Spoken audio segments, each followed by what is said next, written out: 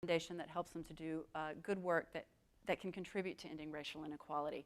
I'm also concerned, and I'll just have to let you look at some of that empirical evidence, that cultivating guilt and shame are really destructive to social ties and really lead to much more hostility and attack than anything positive.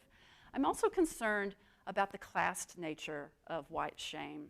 So, you know,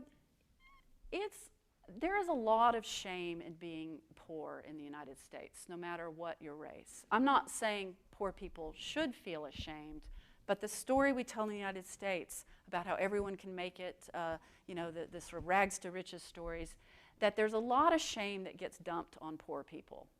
And so calling for white people, and if now we start thinking about poor white people, that they need to feel more ashamed, this is not a strategy that's going to go very far, is going to work. It sounds very much like a kind of emotional luxury for a middle, well-to-do white class.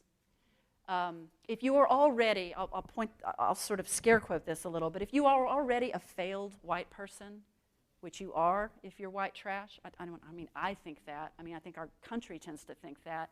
If you're already a failed white person in that sense, you're already grappling with a lot of shame.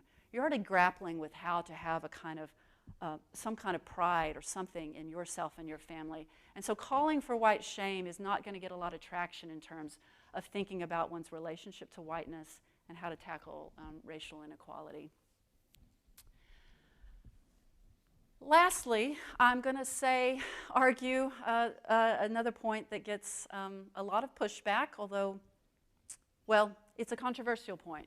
I'm going to argue that instead of guilt